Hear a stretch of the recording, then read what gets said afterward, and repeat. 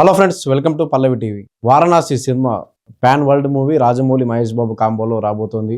Next year April 7కు సినిమా world వైడ్గా రిలీజ్ కాబోతుంది. అయితే ఈ సినిమాకు సంబంధించి ఇంట్రెస్టింగ్ కామెంట్స్ చేశారు డైరెక్టర్ రాజమౌళి. మరో 4 నెలల్లో వారణాసి షూటింగ్ కంప్లీట్ చేయబోతున్నాం అని చెప్పి ఒక గుడ్ న్యూస్ని అయితే మహేష్ ఫ్యాన్స్కు అందించారు. ఫ్రాన్స్లో జరుగుతున్న ANSI international animation film festival ఏదైతే ఉందో అక్కడికి హాజరయ్యారు డైరెక్టర్ రాజమౌళి. అక్కడ ఒక ఇంటర్వ్యూలో అక్కడ ఈ కామెంట్స్ చేశారు. 3-4 మంత్స్లో వారణాసి షూటింగ్ కంప్లీట్ అవుతుందని. అయితే సెప్టెంబర్ ఎండ్లో లేదా అక్టోబర్ ఫస్ట్ వీక్లో వారణాసి కంప్లీట్ అవుతుంది. అంటే మిగతా నెలలన్నీ కూడా ప్రమోషన్స్ కానీ, గ్రాఫిక్స్ వర్క్ కానీ, పోస్ట్ ప్రొడక్షన్స్ సంబంధించి వర్క్ జరిగే అవకాశం ఉంది. ఇదైతే ఒక బిగ్ అనౌన్స్మెంట్ రాజమౌళి దగ్గర నుంచి. ఎందుకంటే వారణాసి సినిమాకి సంబంధించి చాలా హైప్ ఉంది. లాస్ట్ ఇయర్ నవంబర్లో గ్లోబ్ ట్రోటర్ అనే ఒక ఈవెంట్ కూడా నిర్వహించారు. చాలా అతిపెద్ద ఎత్తున ఈవెంట్ రామోజీ ఫిల్మ్ సిటీలో గ్రాండ్ సక్సెస్ అయింది. అంటే ఈ సినిమా వారణాసి అనే సినిమా ప్రపంచం వ్యాప్తంగా ఏప్రిల్ 7న రిలీజ్ కాబోతుంది 2027. ఇందుకు సంబంధించి ప్రమోషన్స్ గ్లోబ్ ట్రోటర్ ఈవెంట్ నుంచే స్టార్ట్ చేశారు. సంచారి అనే ప్రమోషనల్ సాంగ్ రిలీజ్ చేశారు. అది కూడా మంచి సూపర్ హిట్ అయింది సాంగ్. శృతి హాసన్ పాడిన సాంగ్ ఇప్పటికి కూడా ట్రెండ్ అవుతూనే ఉంది. ఇందులో మహేష్ బాబు రుద్ర అనే క్యారెక్టర్లో కనిపించబోతున్నాడు. మనకు తెలిసి ఇది గ్లోబ్ ట్రోటర్ ఈవెంట్ రోజు మహేష్ బాబు క్యారెక్టర్ నేము, టైటిల్ను వారణాసి అనే టైటిల్ రివీల్ చేస్తూ గ్లోబ్ ట్రోటర్ ఈవెంట్ రోజున రిలీజ్ చేసిన పోస్టర్ ఇది. మహేష్ బాబు రుద్ర అనే క్యారెక్టర్లో కనిపించబోతున్నాడు. మందాకిని అనే క్యారెక్టర్లో ప్రియాంక చోప్రా, కుంభ అనే క్యారెక్టర్లో పృథ్వీరాజ్ సుకుమారన్, మలయాళ స్టార్ హీరో పృథ్వీరాజ్ సుకుమారన్ కనిపించబోతున్నారు.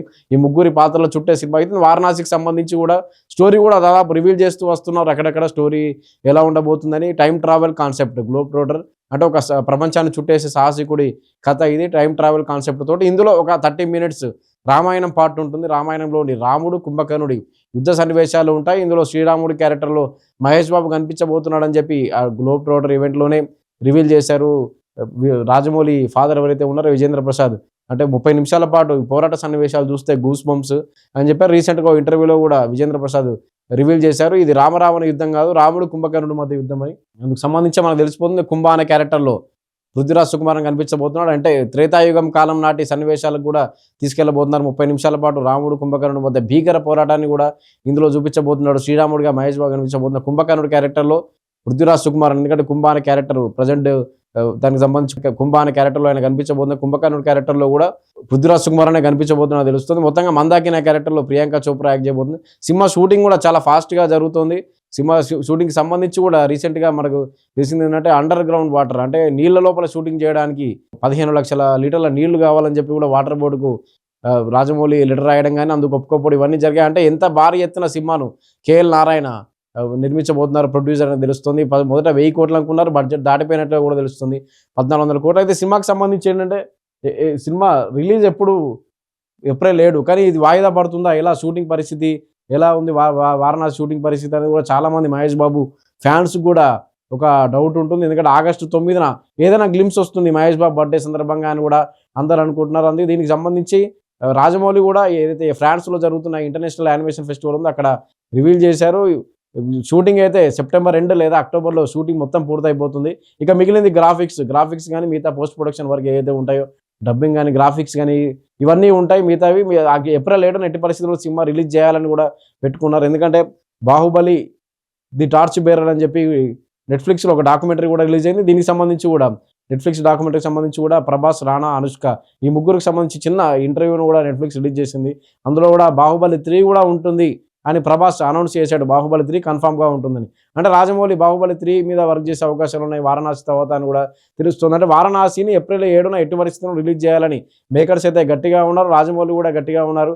అందుకే ఈ ఫ్రాన్స్లో జరిగిన ఫిల్మ్ ఫెస్టివల్లో సెప్టెంబర్ లేదా అక్టోబర్లో షూటింగ్ ఖచ్చితంగా పూర్తి చేసేస్తామని చెప్పి కూడా రాజమౌళి చెప్పాడు. అయితే మహేష్ బాబు వారణాసి షూటింగ్కి అయితే చిన్న బ్రేక్ తీసుకున్నట్టుగా తెలుస్తుంది ఇప్పుడు. ఎందుకంటే రీసెంట్గానే ఒక 2 days బ్యాక్ ఎయిర్పోర్ట్లో మహేష్ బాబు లాంగ్ హెయిర్తో కనిపించిన ఫోటోలు కూడా వైరల్ అవుతున్నాయి. అంటే వెకేషన్కి మహేష్ బాబు వెళ్ళినట్లుగా తెలుస్తుంది. మహేష్ బాబులో కూడా ఫ్రాన్స్లోనే ఉన్నట్లుగా తెలుస్తుంది. వెకేషన్కి వెళ్తున్నటువంటి మహేష్ బాబు ఎయిర్పోర్ట్లో కనిపించిన లుక్ అయితే ఇది లాంగ్ హెయిర్ తోటి. అంటే ఇంకా షూటింగ్ ఏదైతే రాజమౌళి చెప్పాడో సెప్టెంబర్, అక్టోబర్ అని చెప్పి, అందుకే షూటింగ్ కొంత బాగా మిగిలి ఉండొచ్చు. మహేష్ బాబు కూడా ఫ్రాన్స్కే వెళ్ళాడు వెకేషన్కి, రాజమౌళి కూడా అక్కడే ఉన్నాడు. అక్కడ ఫిల్మ్ ఫెస్టివల్ వాళ్ళు పార్టిసిపేట్ చేసి సెప్టెంబర్ లేదా అక్టోబర్లో షూటింగ్ అయితే కంప్లీట్ అవుతుందని చెప్పారు. మొత్తంగా అయితే రణకుంభ ఇదైతే పృథ్వీరాజ్ క్యారెక్టర్ ఉందో ఈయనే కుంభకర్ణుడిగా కనిపించబోతున్నాడని టాక్ కూడా వినిపిస్తుంది. కానీ రామ కుంభకర్ణుడు యుద్ధానికి సంబంధించి అయితే 30 నిమిషాల పాటు భీకర పోరాట యుద్ధం ఉంటుంది అని చెప్పి టైం ట్రావెల్తో నడిచే ఈ సినిమా ఇది త్రేతాయుగం కాలం నాటికి ఒకసారి తీసుకెళ్తారని.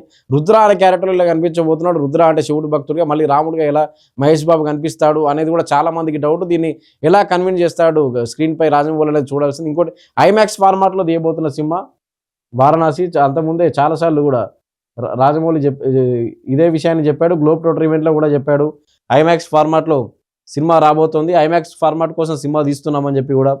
ఈ ఐమాక్స్ అయితే ఇండియాలో సినిమా స్కోపులు ఉన్నాయి చాలా, కానీ ఐమాక్స్ ఫార్మాట్కి సంబంధించి స్క్రీన్ లేదని కూడా రాజమౌళి ఈ ఫ్రాన్స్ ఇంటర్నేషనల్ ఫిల్మ్ ఫెస్టివల్ ఏదైతే ఉందో, యాన్సీ యానిమేషన్ ఫిల్మ్ ఫెస్టివల్ ఏదైతే ఉందో అందులో కూడా చెప్పాడు ఇండియాలో మంచి మంచి స్క్రీన్లు ఉండాలి, అయితే ఐమాక్స్ స్క్రీన్ లేదు మనకు కొరత అని చెప్పి. కానీ ఏఎంబీ సినిమాస్ అయితే మహేష్ బాబు చెందిన ఏఎంబీ సినిమాస్ ఉందో వాళ్ళ ఐమాక్స్ స్క్రీన్ తీసుకొస్తామని చెప్తున్నారు. ఇది చాలా సంతోషించదగ్గ విషయము. ఇదంతా ఐమాక్స్ ఫార్మాట్లో షూట్ చేస్తున్నాం, ఐమాక్స్ ఫార్మాట్ కోసం సినిమా అంతా షూట్ చేస్తున్నాం కాబట్టి లేట్ అయ్యే అవకాశం ఉంది. కాబట్టి షూటింగ్ను తొందరగా కంప్లీట్ చేసి అక్టోబర్ సెప్టెంబర్ ఎండింగ్లో వర్క్ కంప్లీట్ చేసి మిగతా అంతా పోస్ట్ ప్రొడక్షన్స్ వర్క్ వెళ్ళే అవకాశం ఉంది. మొత్తంగా అయితే వారణాసికి సంబంధించి ఒక బిగ్ అప్డేట్ని అయితే రాజమౌళి ఇచ్చారు. మరి ఆగస్టు 9th మహేష్ బాబు బర్త్డేకి చిన్న గ్లిమ్స్ రిలీజ్ చేస్తారా లేదా సాంగ్ రిలీజ్ చేస్తారా, ఏది రిలీజ్ చేస్తారా అనేది కూడా వెయిట్ చేయాల్సి ఉంది. ఎందుకంటే April 7th సినిమా, అప్పటిదాకా ఫ్యాన్స్ కోసం ఏదైనా రిలీజ్ చేయాల్సి ఉంటుంది. మధ్యలో సెప్టెంబర్ అక్టోబర్లో షూటింగ్ పూర్తయినా కానీ అక్కడ నుంచి నవంబర్ నుంచి ప్రమోషన్స్ కూడా స్టార్ట్ చేస్తారు రాజమౌళి. ఎందుకంటే ఇది ప్యాన్ వరల్డ్ మూవీ.